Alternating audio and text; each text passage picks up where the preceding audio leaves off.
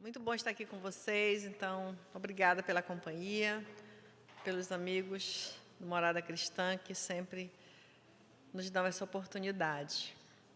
Como vocês, alguns já sabem, nós estamos aqui todos os meses e escolhemos dar a sequência ao livro Pensamento e Vida, que é esse livro aqui, né, do Emmanuel, o Chico Xavier, que é um livro que nos traz notícias, como diz Emmanuel na introdução, de uma escola, de uma das escolas de regeneração do mundo espiritual. Ou seja, segundo a informação do mentor espiritual, todos os assuntos que constam nessa obra, como já foi dito, nós já estudamos isso no plano espiritual, quando nos preparávamos no mundo espiritual para o nosso renascimento na Terra. Então, eu considero que esses momentos são momentos de nos lembrarmos disso.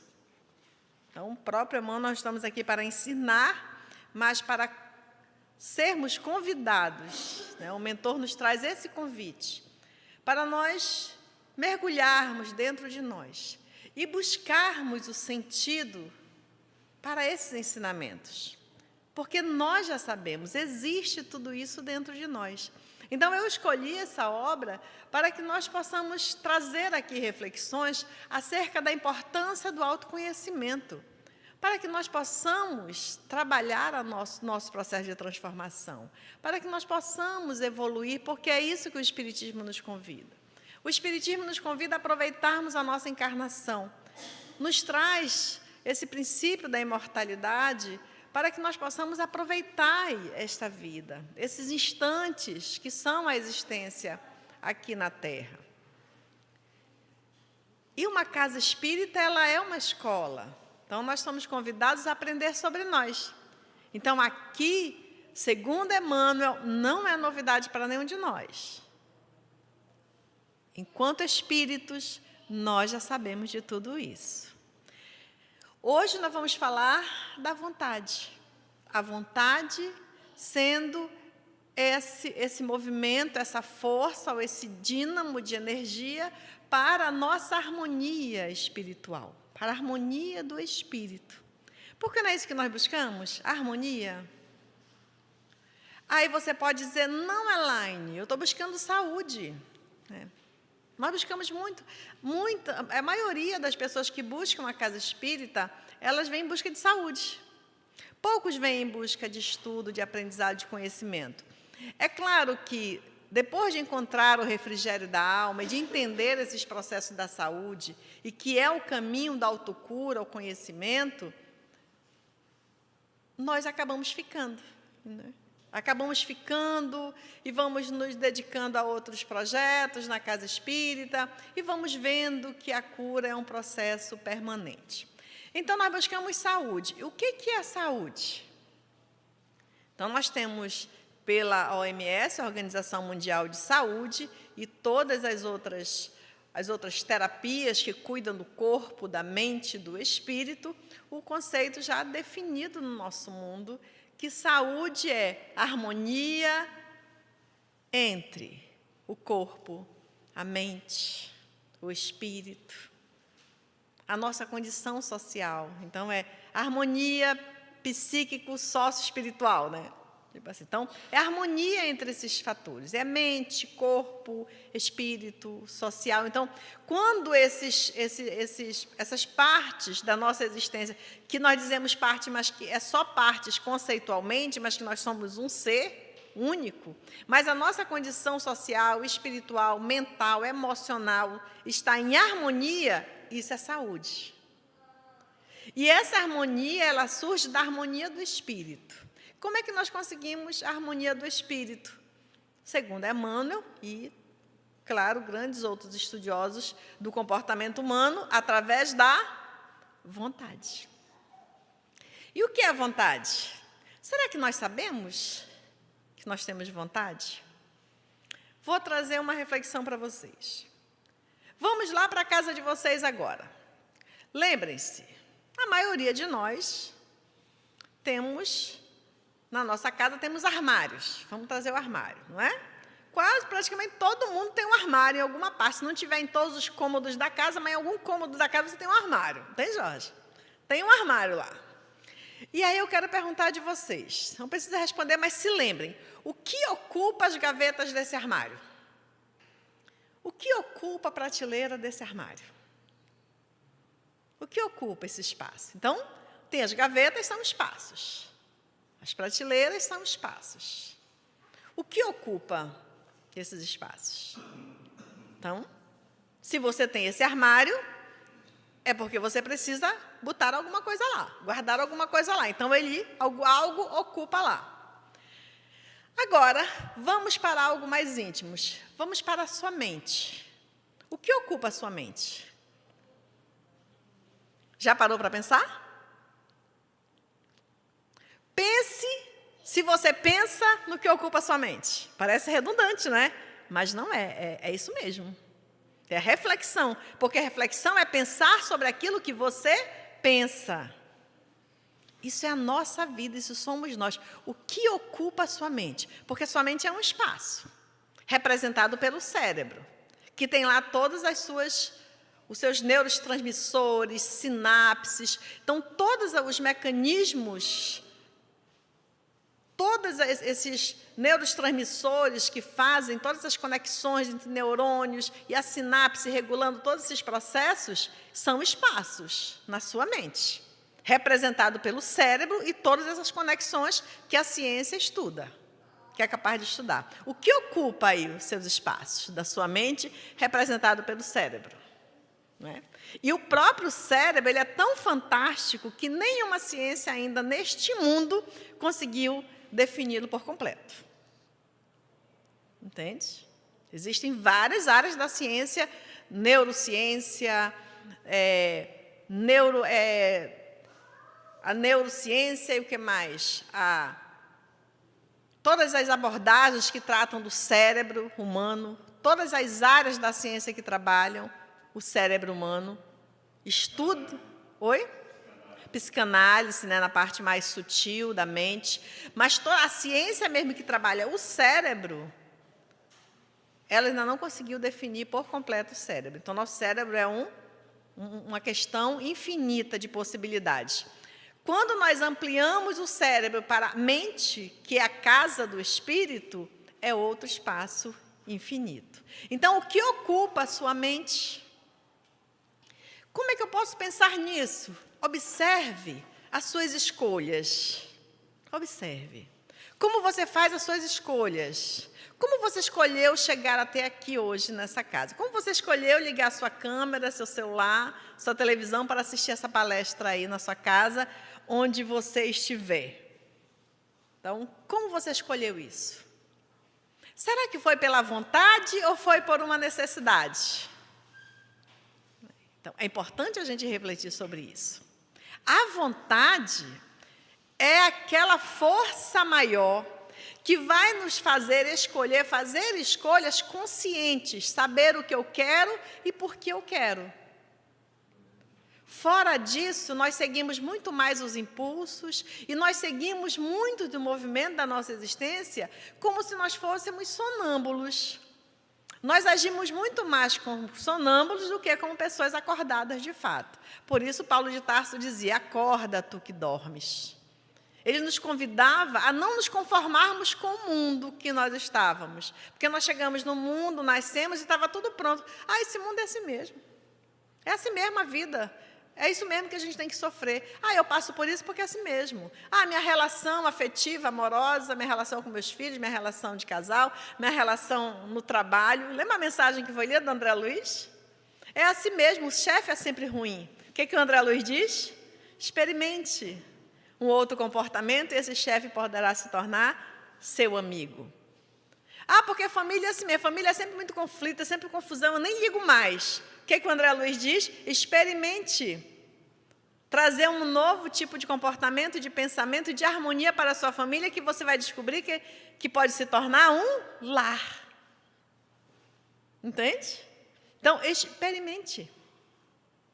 O Emmanuel nos diz no livro Pensamento e Vida, no capítulo 2, nós estamos no capítulo 2, que a nossa mente, nós podemos comparar como se ela fosse um escritório. Um escritório dividido em várias partes. em vários departamentos. Uma empresa, um escritório que subdividido em diversas áreas de serviço. 4 áreas de serviço ele coloca aí: o desejo, a inteligência, a imaginação e a memória. Então, nós temos isso. Aí você pode dizer, sim, Elaine, não, mas eu tenho desejo. Desejo não é vontade, não. O desejo é uma parte da sua mente. Então, nós temos desejos. É isso que, às vezes, nós confundimos com vontade. Não, Elaine, eu tenho vontade. Olha, quando eu fico com vontade de tomar sorvete, eu tenho uma vontade de sair daqui, né, comer um pastel, né, eu saio daqui com vontade de comer um x-salada, né, que eu adoro x-salada daqui. Então, isso é o quê? Desejo. Isso não é vontade. A gente chama de vontade, mas isso não é. Isso é desejo. Ah, eu estou com vontade de ver um filme. Desejo. Então, nós temos uma parte da nossa mente, parte é desejo. Então, analisa se as coisas que você escolheu, que as coisas que você tem, que as coisas que fazem parte da sua vida, elas estão na sua vida hoje por desejo ou por vontade? Então, existe a parte do desejo. E existe o departamento da inteligência, que é a nossa parte que nós elaboramos, trazemos ideias. Quando eu vou fazer um bolo, uma comida diferente, eu uso minha inteligência. Eu pego uma receita pronta, mas eu digo, não, eu vou mudar essa receita. Eu vou acrescentar outras coisas. Eu estou usando a minha inteligência. Se eu leio um livro, eu posso só ler um livro. Leio, pronto, acabou. Tive o desejo de ler um livro, li. Mas eu só posso exercitar a inteligência se eu parar e entender. Mas o que significa? Nossa, isso aqui está falando para mim. Eu vou já pegar, eu não entendo direito o que é realmente inteligência. Eu vou pegar no dicionário e vou aprender o que é inteligência. No Espiritismo, por exemplo, a primeira pergunta do Livro dos Espíritos é: o que é Deus? Aí o que é que os Espíritos respondem? Inteligência suprema, causa primária de todas as coisas. Eu termino de ler isso e vou reclamar da minha vida não está certa, eu estou no lugar errado, não é? As coisas não dão certo para mim, está errado esse país, está tudo errado, esse sistema político não é errado, é o contrário, eu vou brigar por isso, entende? Eu começo a tirar o mundo, querer tirar o mundo. Esse planeta não era para girar assim, não, à noite, o dia era para ter só 6 horas, era para ser noite, porque meu desejo é só de dormir. O quê? Mas tu não acabou de dizer que Deus é a inteligência suprema? Se eu digo que respondo sei decorado, né? O Jorge sabe decorado, mas ele não faz isso que eu disse. Então, se eu sei que Deus é a inteligência suprema, adivinha quem fez o mundo? Né? A causa primária, quem fez o mundo? Deus. Se o mundo foi feito e tudo que existe, causa primária de todas as coisas, e tudo que existe foi feito por Deus, tudo que o homem não criou, Deus criou. Né? Por isso, o Rinaldo fez de uma forma maravilhosa aquela declamação: Deus é Deus e tudo é Deus. E se é inteligência suprema, quem está certo, eu ou Deus? Hã?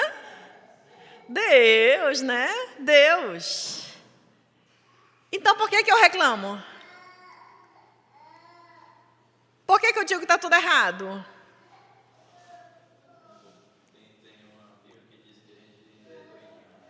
É doidinho?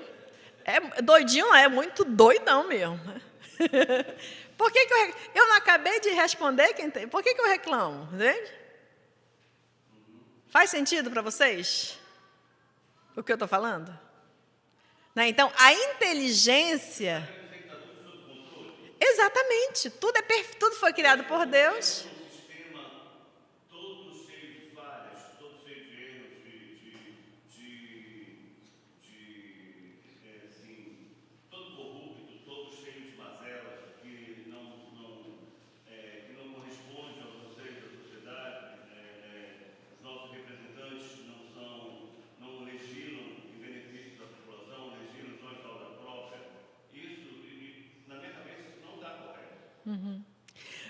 Olha, o que ele falou? Ele não concorda com o que ele está falando, ele não concorda com a corrupção, com as coisas que causam as mazelas, as desigualdades sociais. Certo, Jorge? Está bem resumido? O Jorge não concorda com isso.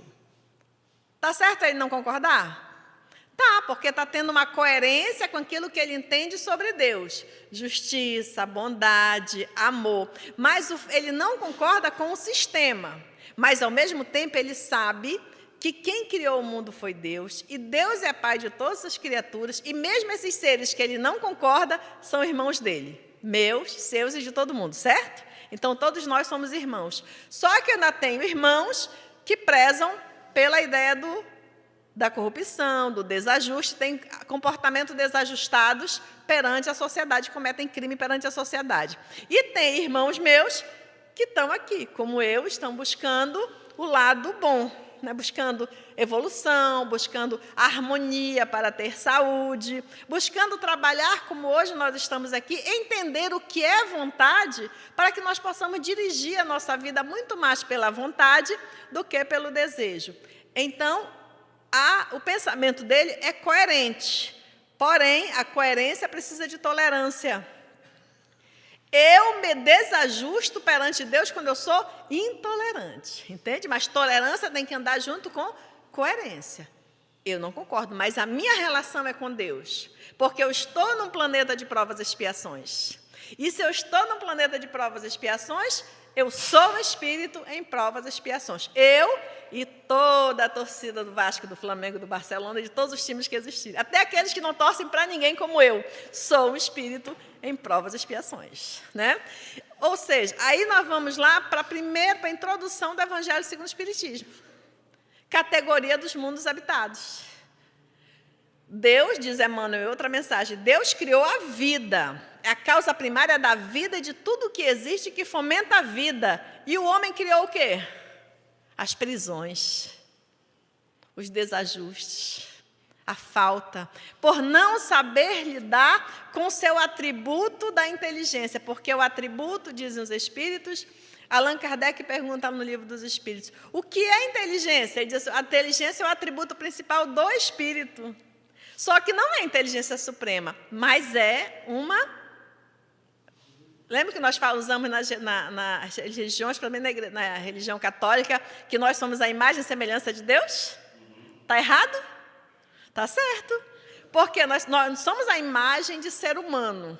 É a imagem na inteligência, entende? Deus é a inteligência suprema e criou os espíritos e deu-lhes o atributo principal, a inteligência. Só que de Deus é suprema. A nossa, muitos de nós ainda nem sabemos que temos. Oi?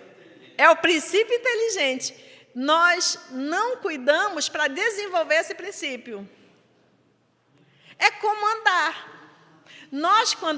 Quando nós nascemos, todo ser humano, quando ele nasce com a faculdade de andar, a não ser que ele nasça com alguma deficiência física. Se ele não nasceu sem nenhuma deficiência física, ele tem a faculdade de andar. Mas o filho sai andando da maternidade de mão dada com a mãe?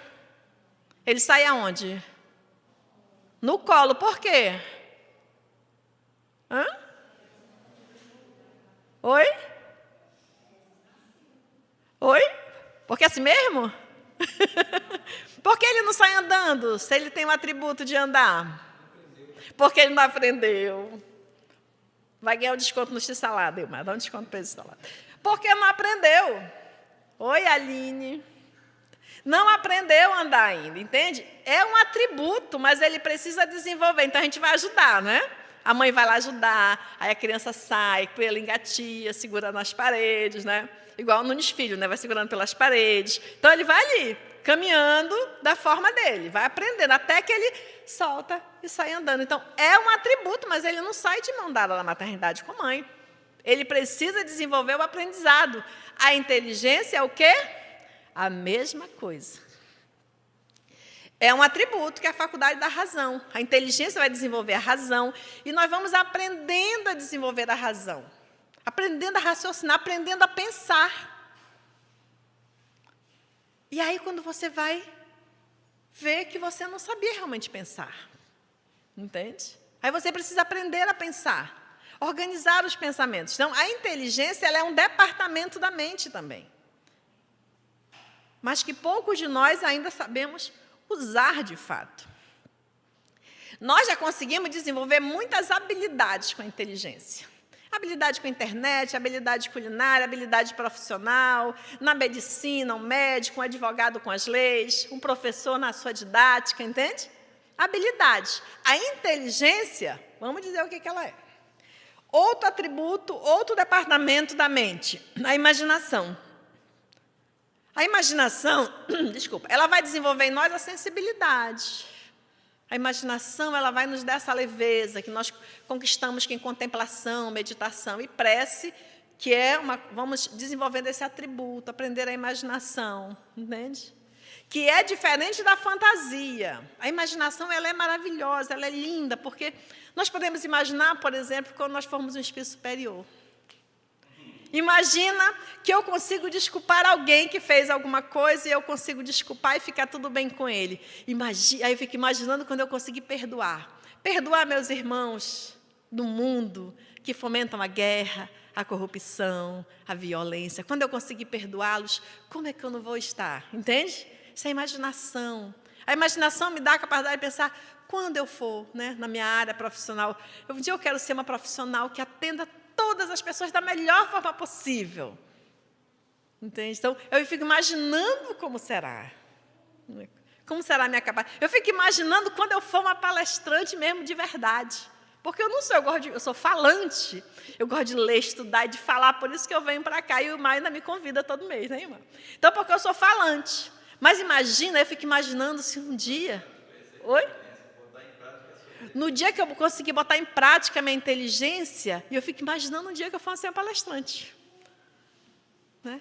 Eu poder ser convidada e ser palestrante em outro lugar, em outros lugares, menos em outros países, porque eu não falo, só falo mesmo caboquês, né? Eu não falo inglês. Mas a imaginação, ela é maravilhosa, porque ela desenvolve em nós esse potencial. É diferente da fantasia, porque a imaginação, você imagina e desenvolve o projeto. Eu quero ser uma melhor profissional na minha área, então o que eu faço? A minha imaginação é que um dia eu quero ser uma grande profissional da minha área.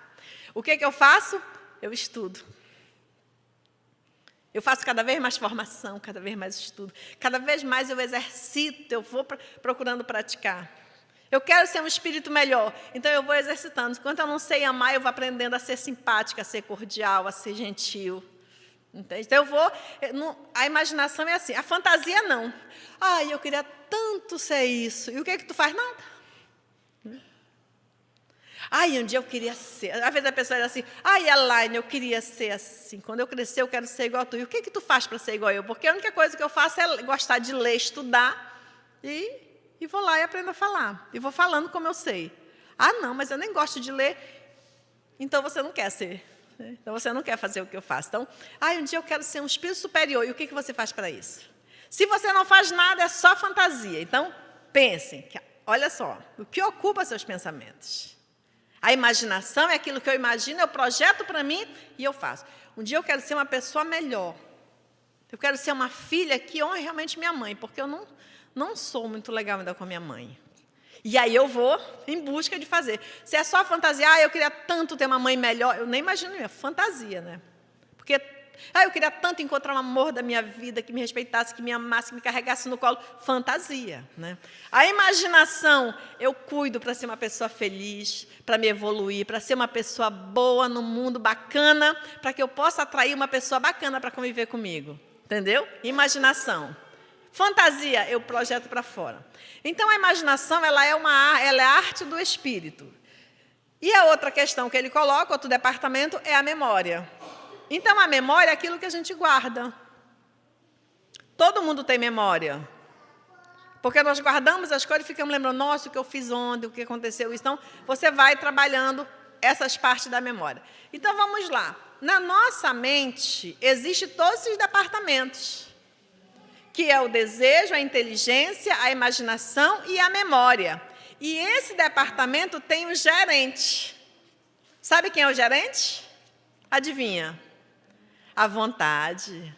O gerente é a vontade. Quando eu tenho vontade de exercitar minha inteligência, eu vou evoluir com essa inteligência para aquilo que eu quero. Quando eu tenho a vontade real de usar minha imaginação para que eu possa viver também esse espaço de contemplação, de meditação e de prece e de idealização das coisas que eu quero para que eu trabalhe para fazer, eu faço. Quando eu uso a minha vontade para desenvolver a minha inteligência, para ser uma pessoa que inteligência, que raciocina, que procura uma lógica das coisas. O seu sofrimento, por exemplo, já parou para corrigir, trazer o seu sofrimento para ser exercitado pela razão, pela inteligência? E pasmem, digo para vocês por questões profissionais, que é o meu trabalho, a minha área de trabalho.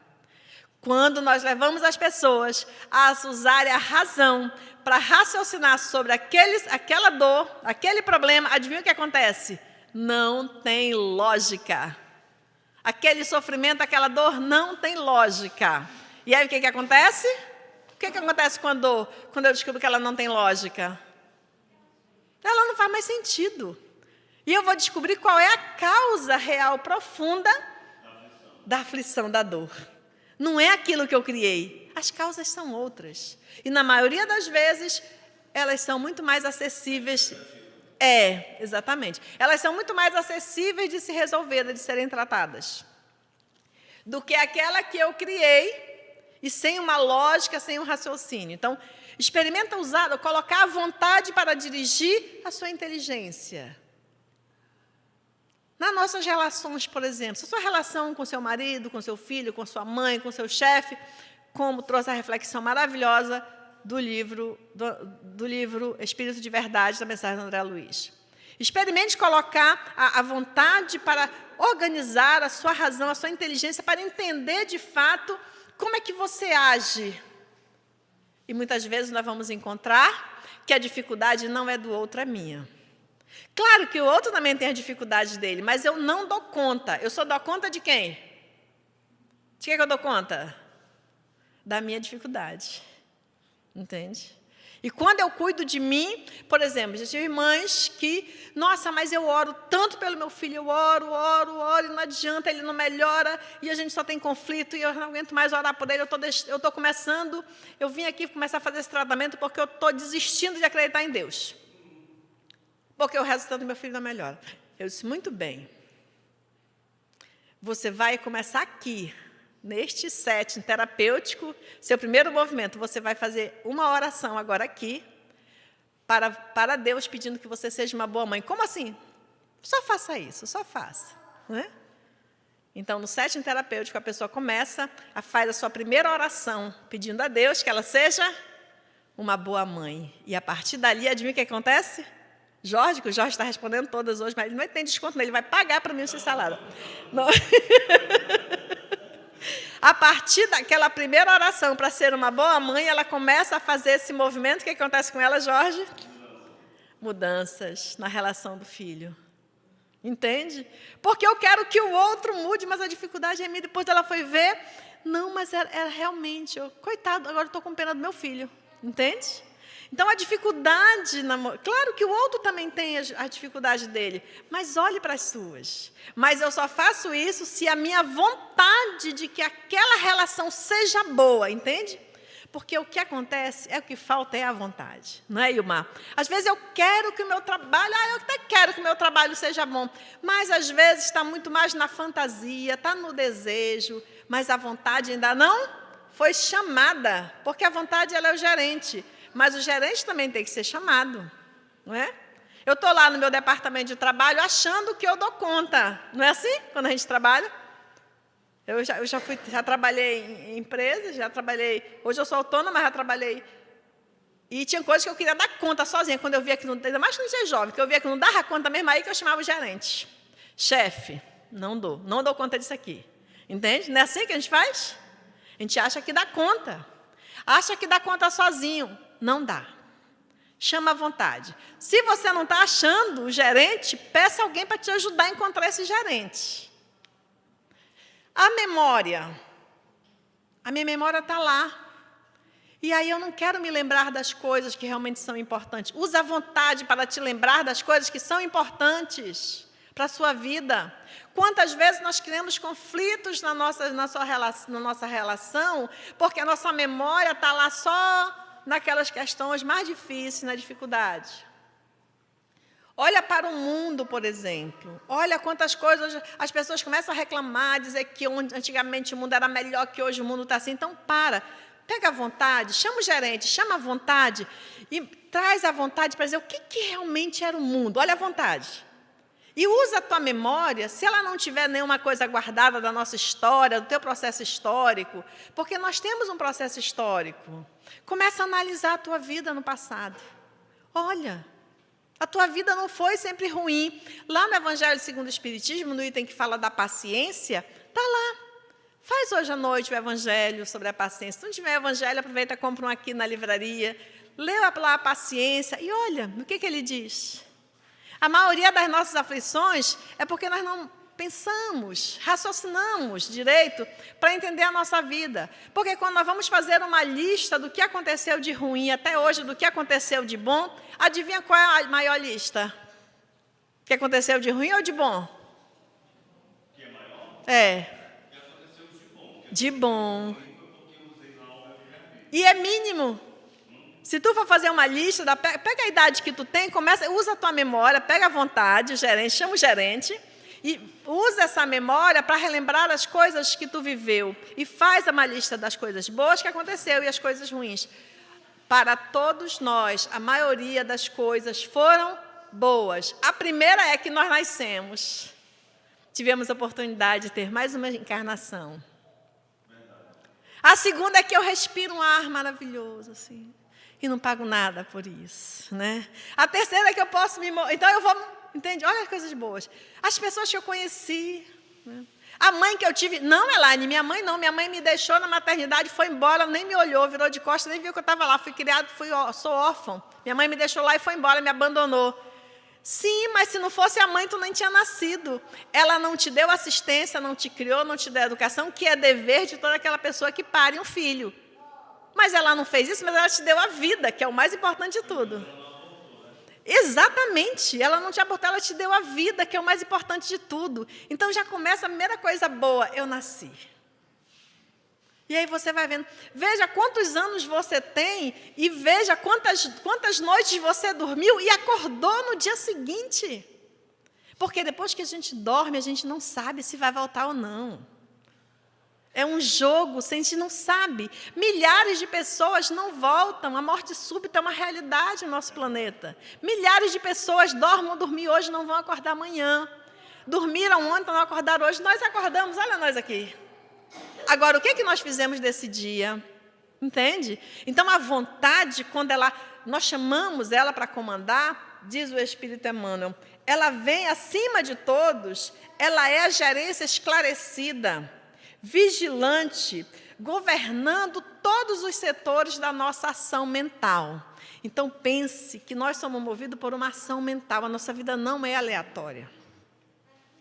Como dizia um cientista, eu não lembro quem é agora, Deus não joga dados, não joga, gente. A nossa vida está toda ali dentro de uma ação superior, maravilhosa. E esses recursos para entendermos aquilo que pode nos trazer a felicidade, o bem-estar, a harmonia, o equilíbrio para a nossa vida, essa saúde integral, é um potencial nosso, acredite. Mas não é uma mágica, é uma arte. E toda arte é uma conquista do espírito. O Emmanuel vem nos lembrar que a vontade, ela é uma manifestação da vida universal em nós. Lá no Livro dos Espíritos, Allan Kardec pergunta o que é preciso fazer se o homem precisa fazer muitos esforços para conseguir a sua evolução espiritual aqui na Terra, para sair deste planeta, quando desencarnar, melhor do que ele chegou. Nesse sentido. E aí, é preciso muito esforço? Pergunta Kardec aos espíritos. Sabe o que os espíritos respondem? Na maioria das vezes, o esforço é mínimo. O que eles não têm é? Vontade. Vai pagar essa salada. No que eles não têm é vontade. Ao terminar a palestra, ele vai embora, né? Ele vai levar. O que falta é a vontade. Entende? Então, observe que nós precisamos de vontade. A vontade é esse movimento, como ele diz, ela nos traz a romagem do Espírito, as metas supremas, que foram traçadas num plano divino. Olha que coisa linda, a nossa vida, essa sua existência hoje aqui, que você pode estar achando que é difícil, às vezes até que é insignificante, né? Ninguém me ama, ninguém me quer, oh, que vida triste, como dizia o desenho, que é da minha época, né? Da época de vocês, que são muito jovens, não, mas da minha época tinha aquele desenho que dizia, oh, vida, oh, azar, né? Eu sabia, A chuvazinha até do meu tempo, né? Tem cabelo branco igual eu. Então, ia junto, né? Ó vida, ó azar, eu sabia que não ia dar certo, né? Então, olha o Mário ali. O Mário é do meu tempo, né, Mário? O Mário assistia. Ou seja, o que acontece? Não é assim. Isso é uma ilusão da fantasia. É a ilusão por quê? Porque nós não fomos criados para isso. Quem foi de vocês aqui que, quando criança, aprendeu sobre isso? Meu filho, olha, vamos trabalhar suas emoções. Vamos ver como você lida com as emoções, porque existe uma vontade. Vou trabalhar, mostrar para você como lida com a vontade. Eu vou ensinar você a usar a sua razão, a você raciocinar sobre as coisas. Usar a capacidade racional, a saber o que de fato é inteligência. Sabe o que os pais dizem? Vocês se lembram, né? E vocês que têm filhos talvez ainda usem isso, porque é uma questão muito cultural do nosso planeta. Olha, eu quero que você seja muito inteligente, tenha uma profissão boa e que você ganhe muito dinheiro, né? Case com um homem que preste, com uma mulher boa, entende? Assim por aí vai. Isso é ser inteligente para o mundo. Não é. Isso é uma consequência. Entende? Isso é uma consequência do mundo material. Ser inteligente é outra coisa. É aprender a lidar com as forças sublimes e supremas do espírito, para entender quais foram os valores e objetivos de você ter reencarnado. E o mais, ter dinheiro, ter posição, ter uma profissão bacana, que é muito legal também no nosso mundo, deveria ser consequência disso. Porque aí eu teria uma profissão legal, eu teria muito dinheiro e eu seria feliz. Entende? Mas o que acontece na maioria das vezes? O que nós já vimos aqui? Todas as pessoas que estão ricas, só que sofre é pobre, é quem não tem dinheiro. É? Não é não? Os ricos são todos felizes. Não é não? Né? As pessoas que são famosas, né, nas suas profissões, um grande médico, um super advogado, um mega juiz, não é feliz, não? Hã? Não é feliz, né? Todas as pessoas... Porque às vezes a gente cria uma expectativa com relação a uma coisa e de repente não acontece e causa uma frustração em vez de uma felicidade. Quando a nossa expectativa é só no campo material. Então, é diferente. É diferente quando eu lido uma condição com outra. É legal você ter uma profissão bacana no mundo, mas que essa profissão também te ajude a ser uma pessoa de bem. E não só pela profissão, não só pela fama, só pelo status. Porque não é o dinheiro, não é a beleza, não é a condição social, não é a raça, né? É a condição espiritual do ser. Nós encontramos pessoas riquíssimas, muito sofridas, com aflições terríveis. E pessoas que só têm, às vezes, mal pão de cada dia. E são pessoas alegres, espontâneas, têm harmonia, têm saúde, têm essa saúde integral, vivem bem consigo, com os outros. Agora, o ideal é que nós soubéssemos juntar os dois. Mas como nós estamos num planeta ainda de muita diversidade, de muita confusão mental, porque os transtornos mentais eles só alastram o nosso mundo, o nosso meio, não é? Olha o nível, mais de 350 milhões de pessoas no mundo com ansiedade, com transtornos da depressão, da ansiedade, da síndrome do pânico. Mas a culpa é da pessoa que está doente? Não. A pessoa acabou se deixando levar por esse mundo pautado nas ilusões. E o que o Emmanuel está nos convidando a fazer? A sairmos das ilusões. Ele está nos convidando a dispormos desse botão. Ele diz que a vontade ela é como se fosse um botão. Sabe o interruptor? Está escuro, eu vou lá e pá, ligo o interruptor. Porque eu preciso, não basta só ter vontade de que a luz acenda. Eu preciso lá ter um interruptor. E aí, eu acendo a luz. Então, ele diz, foi um botão que eu ligo, eu decido fazer esse movimento da inércia ou do movimento da máquina. Então, a vontade ela é um botão que você pode ter vontade para fazer esse movimento. É um movimento de viver, é um movimento de transpor a materialidade. Não viver só da matéria, mas viver enquanto espírito imortal. E ele diz que o cérebro, ele é um dínamo que produz a energia mental, através de todas as condições que tem o espírito. Ele é o dínamo que produz essa energia mental, mas a energia em si, ela vem do espírito, de todas as suas capacidades. Ou seja, só a vontade é suficientemente forte para sustentar a harmonia do espírito. E quem é o espírito? Nós, né? Nós somos o espírito. E aí o Emmanuel termina dizendo que a vontade, ela não consegue impedir a reflexão mental, quando se trata da conexão entre semelhantes, porque nós temos uma sintonia que constitui uma lei inderrogável, mas ela pode impor o jugo da disciplina sobre os elementos que administra, de modos a mantê-los coesos na direção do bem. Ou seja, a nossa vontade, esse gerente, ele pode se corromper. É aí que entram os processos de desajuste. Pela influência do outro, aonde a vontade é dirigida para a corrupção, para a mazela moral. Então, eu preciso ver que eu sofro a influência, mas eu não sou imposto a isso, porque a minha vontade é livre. Entende? A minha vontade é livre. Então, o erro do outro nunca vai justificar o meu. Não tem como, entende? Porque é pela minha vontade que eu me permito seguir a sintonia do outro, inclusive nas obsessões espirituais.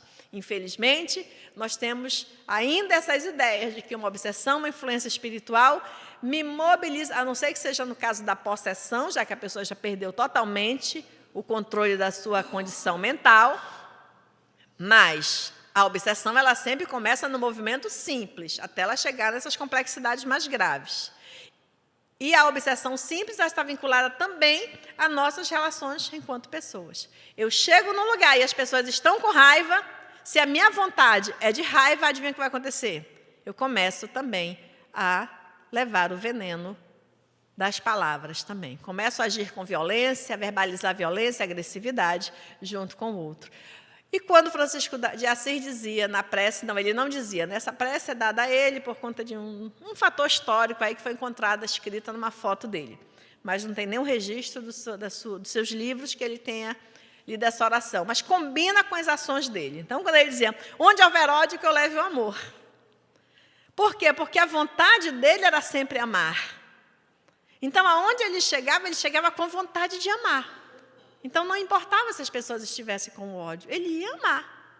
Tanto que ele foi nas cruzadas, falou lá com o sultão, e o sultão ficou impressionado, enquanto o sultão odiava todos os cristãos, ele chegou lá com o amor, para conversar com o sultão. Então, onde houver tristeza, que eu leve alegria, porque a vontade dele era de estar alegre.